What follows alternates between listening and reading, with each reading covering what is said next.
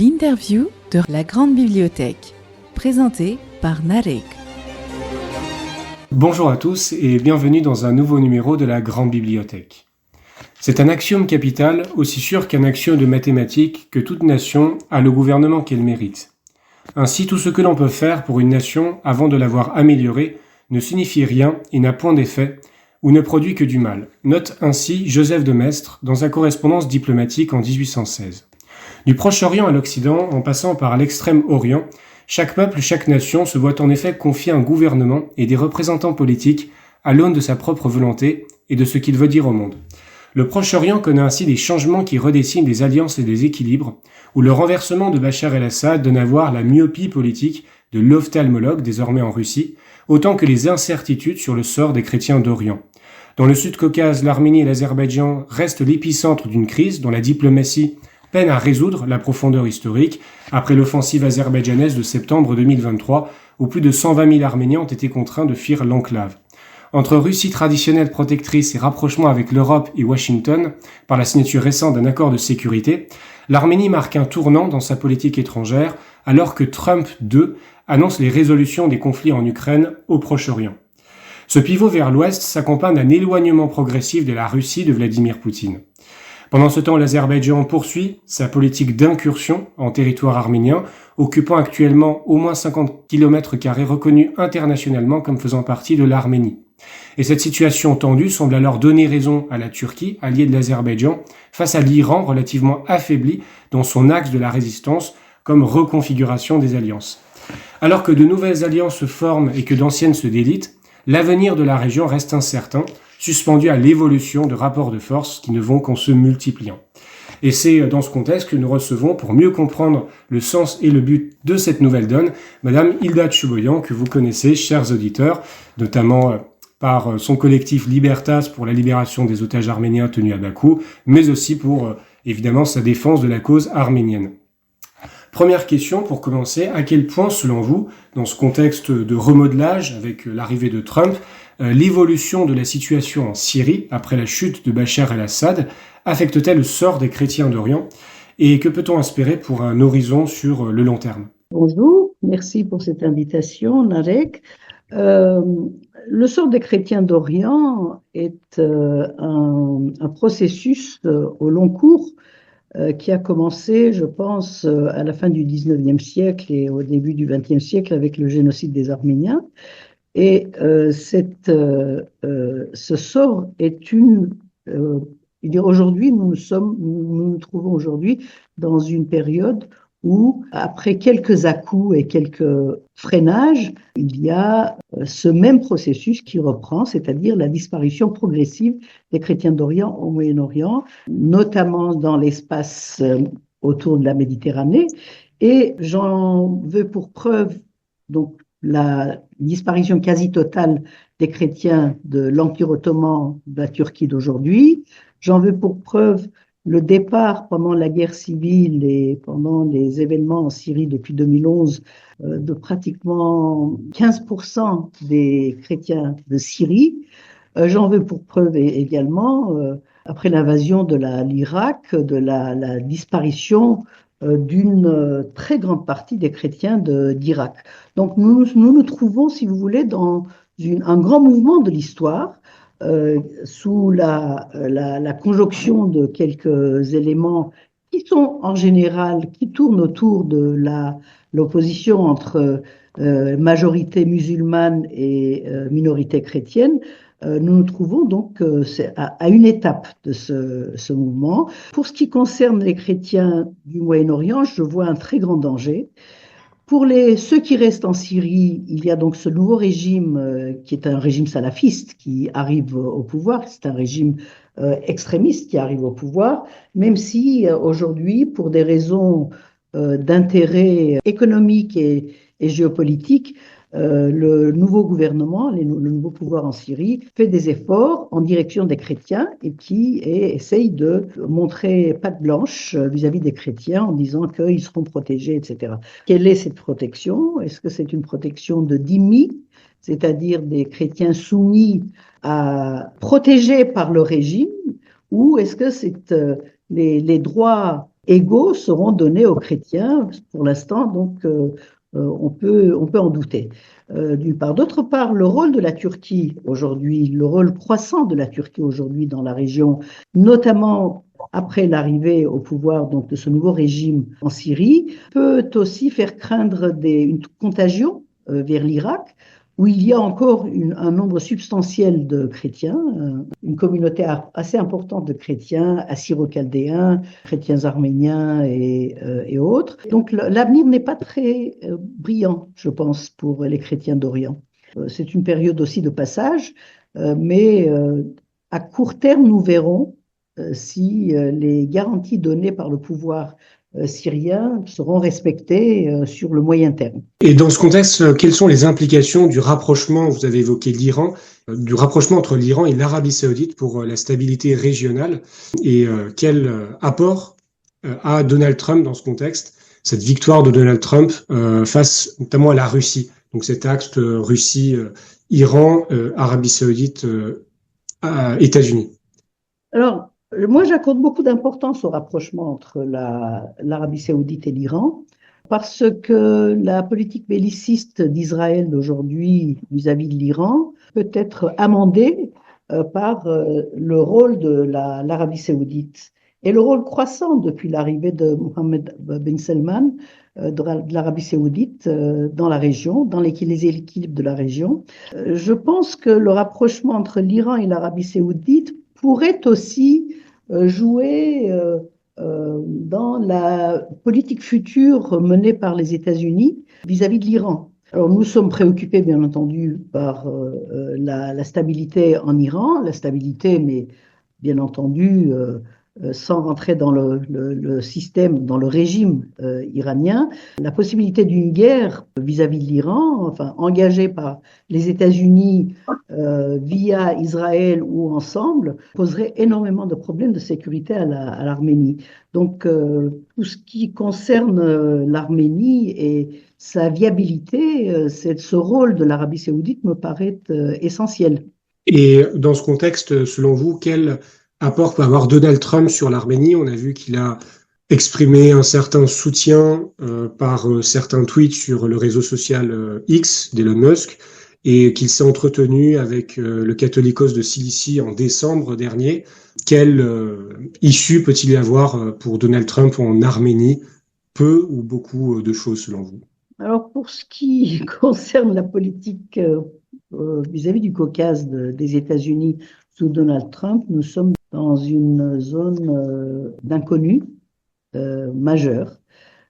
Parce que bon, ce que tu cites à propos de la discussion qui, pendant la période préélectorale, Donald Trump avec le Catholicos, la maison de Cilicie, Aram Ier, c'était tout simplement parce que je pense qu'ils n'ont pas trouvé un corps constitué dans les communautés arméniennes des États-Unis qui apporte son soutien à Donald Trump et donc il s'est tourné vers le Catholicos qui n'a pas refusé cette discussion avec lui.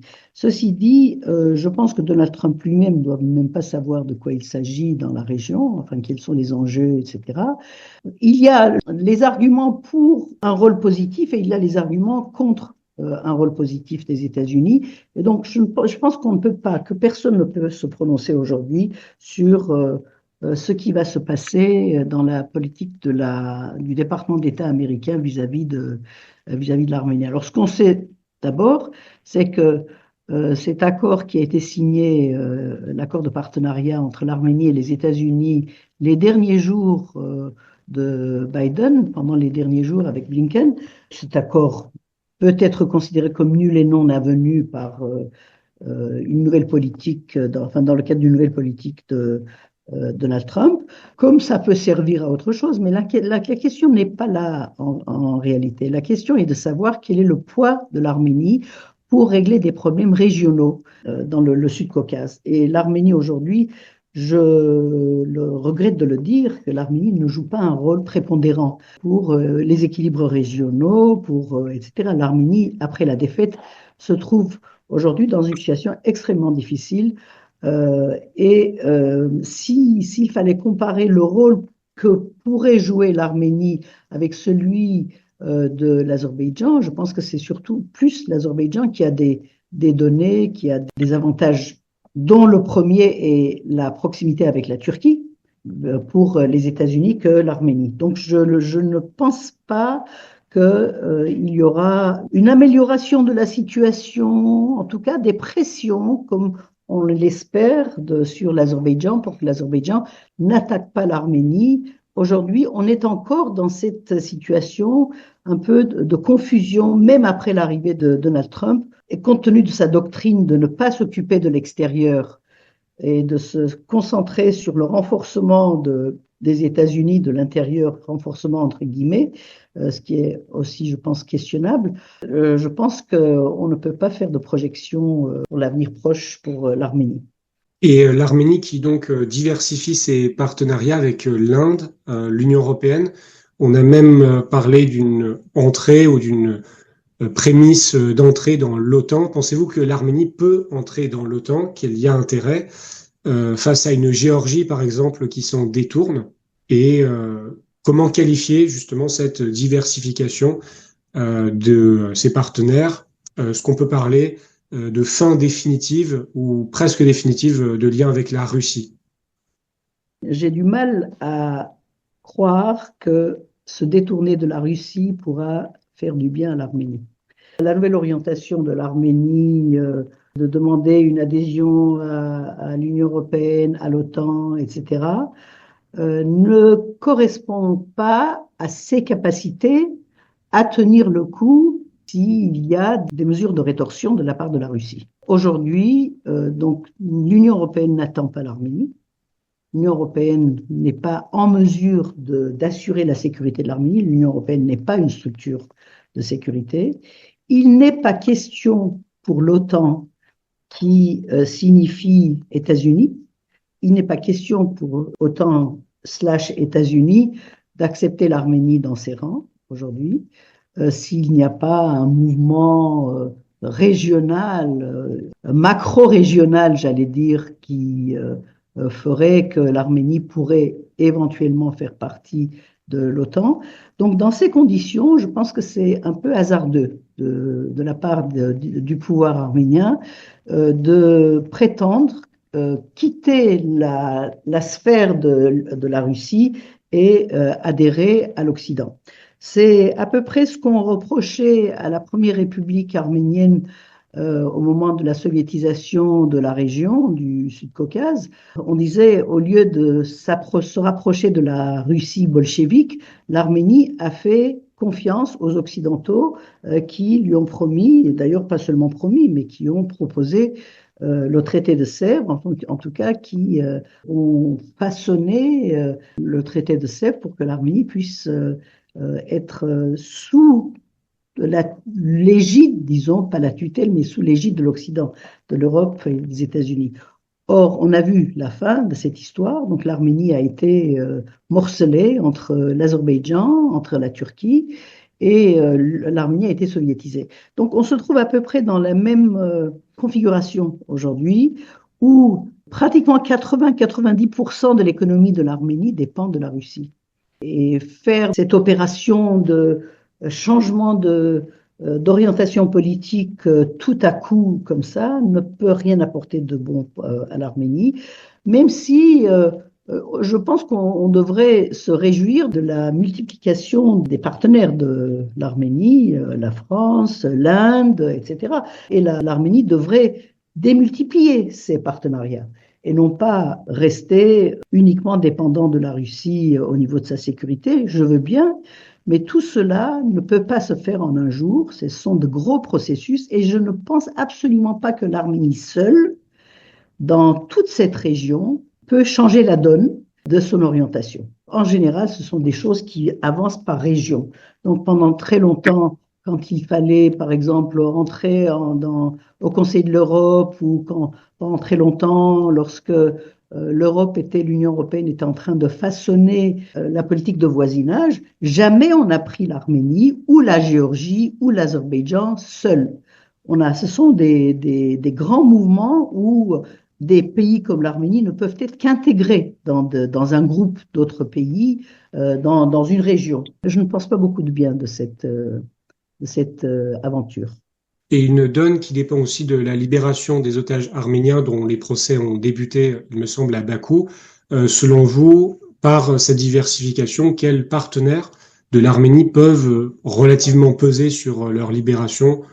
Et y a-t-il en réalité de moyens de peser sur le court ou le long terme? L'Occident ne le peut pas, c'est clair. Sauf si, par miracle, Trump prend son téléphone et donne un avertissement au dictateur de Bakou, peut-être. Je pense que la Russie est très affaiblie vis-à-vis de l'Azerbaïdjan. La Russie pourrait le faire, mais la Russie s'est trouvée aujourd'hui totalement soumise aux diktats et aux impératifs de l'Azerbaïdjan. Donc la Russie ne le fera pas, compte tenu de ses autres intérêts.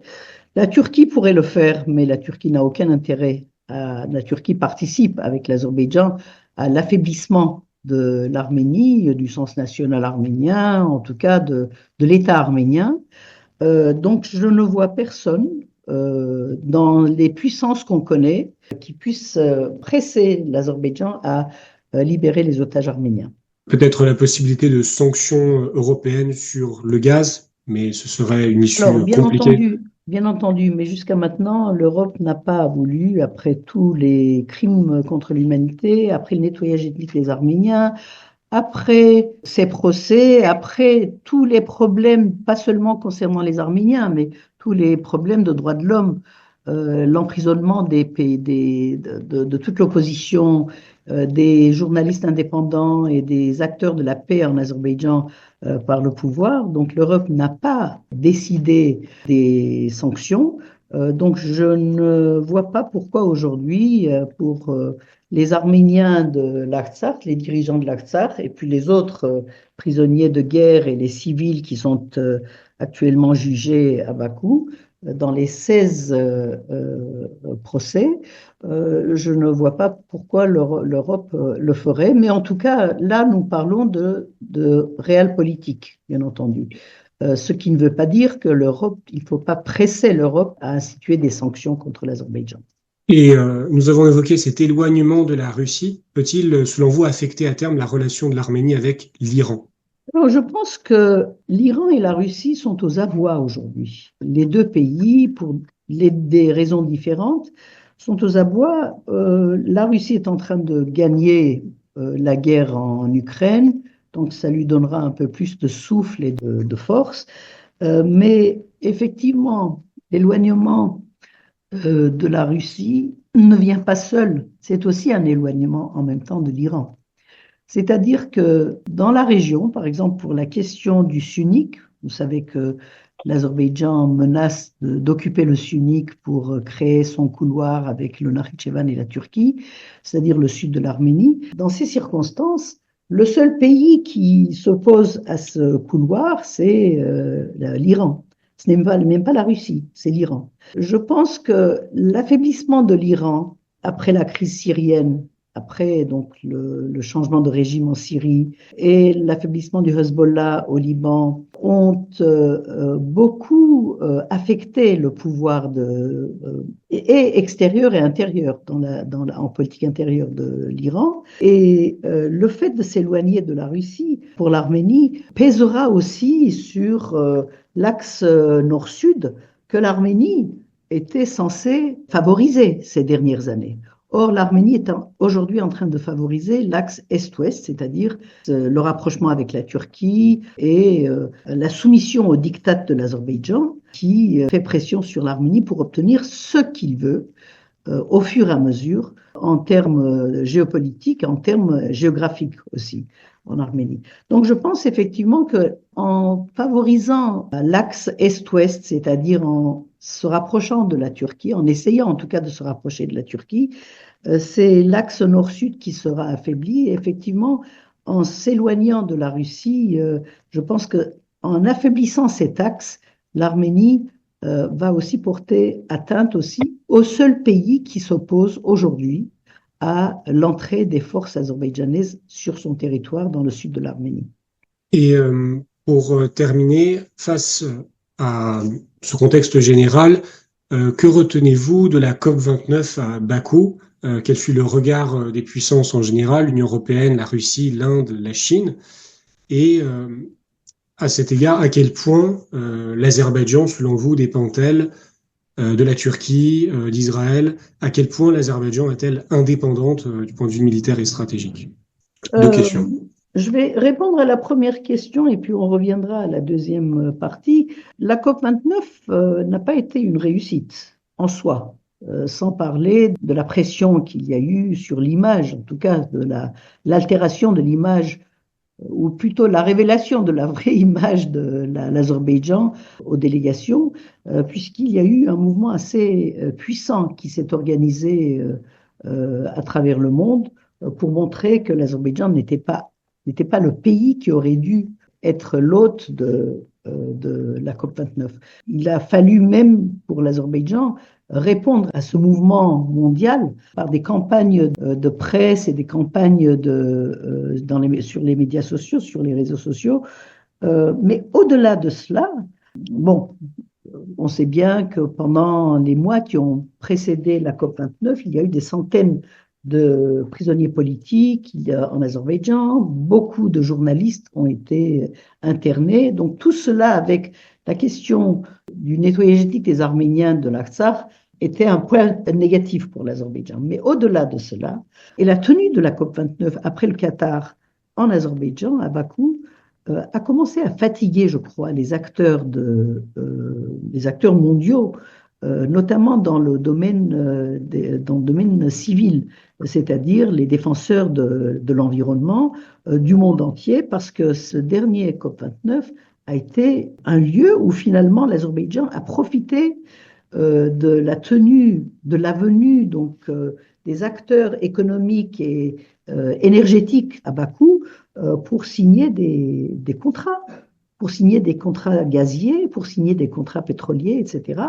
Et ajouter à cela le fait qu'il n'y a pas eu de progrès dans les décisions pour que les pays industrialisés et les pays les plus riches puissent aider les pays les moins riches à surmonter les problèmes d'environnement et lutter contre le réchauffement climatique. Donc la COP29 n'a pas été une réussite dans les deux sens du terme, c'est-à-dire dans le sens de l'Azerbaïdjan, pays hôte de la COP29, mais aussi du résultat pur attendu par les grandes organisations internationales, mondiales, de défense de l'environnement.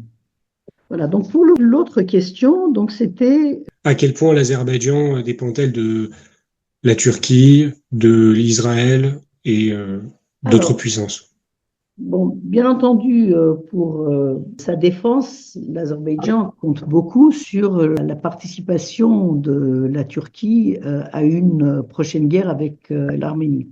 La Turquie dit bien que les relations ne seront pas normalisées avec l'Arménie tant que le problème ne sera pas réglé avec l'Azerbaïdjan.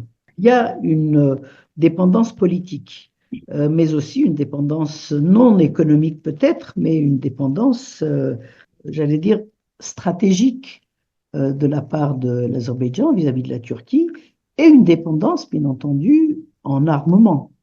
Parce que là, on sait bien aujourd'hui que la première guerre contre le Karabakh en 2020, la guerre des 44 jours, a été gagnée par l'Azerbaïdjan parce que la Turquie était là et parce que la Turquie non seulement a investi l'armée de l'Azerbaïdjan, c'est-à-dire a pris le commandement carrément les derniers jours, enfin, dès avant le début de la guerre, la Turquie a fait virer les généraux et les dirigeants de l'armée azerbaïdjanaise qui ne faisaient pas partie de son système. Donc on sait bien le rôle très important de la Turquie pendant cette première guerre. On peut imaginer que cette participation de la Turquie, en tout cas ce rôle de la Turquie est énorme aussi dans la perspective d'une nouvelle guerre contre l'Arménie. Donc s'il y a une dépendance aussi en armement, hein, on a parlé beaucoup des drones Bayraktar, etc. Et la Turquie commence à devenir un pays connu pour les armes fabriquées, les armes et les dispositifs anti-aériens fabriqués en Turquie même. Israël, c'est très clair. Israël considère l'Azerbaïdjan comme un pied-à-terre pour attaquer l'Iran, éventuellement, pour espionner l'Iran aussi. Donc aujourd'hui, on sait que ces deux pays ont une sorte d'alliance non formelle, informelle. C'est-à-dire que dans le soutien de l'Azerbaïdjan, même si certains pensent qu'aujourd'hui la Turquie est très occupée par ailleurs et qu'elle n'apportera pas une aide aussi substantielle et déterminante à l'Azerbaïdjan en cas d'attaque de l'Arménie, on sait bien que la Turquie et l'Azerbaïdjan, politiquement, avancent ensemble. Donc l'Azerbaïdjan est effectivement dépendante, je ne dirais pas au niveau de l'économie, parce que pour l'instant, il y a le revenu d'État, mais il y a un vrai tandem avec la Turquie et un vrai tandem au niveau de l'armement de l'Azerbaïdjan avec Israël. Je vous remercie, Hilda Tchouben, d'avoir répondu à nos questions. Je rappelle que vous êtes présidente du collectif Libertas pour la libération des otages arméniens à Bakou et que vous êtes évidemment connue pour votre défense de la cause arménienne. Je vous remercie. Merci à vous. L'interview de la Grande Bibliothèque, présentée par Narek.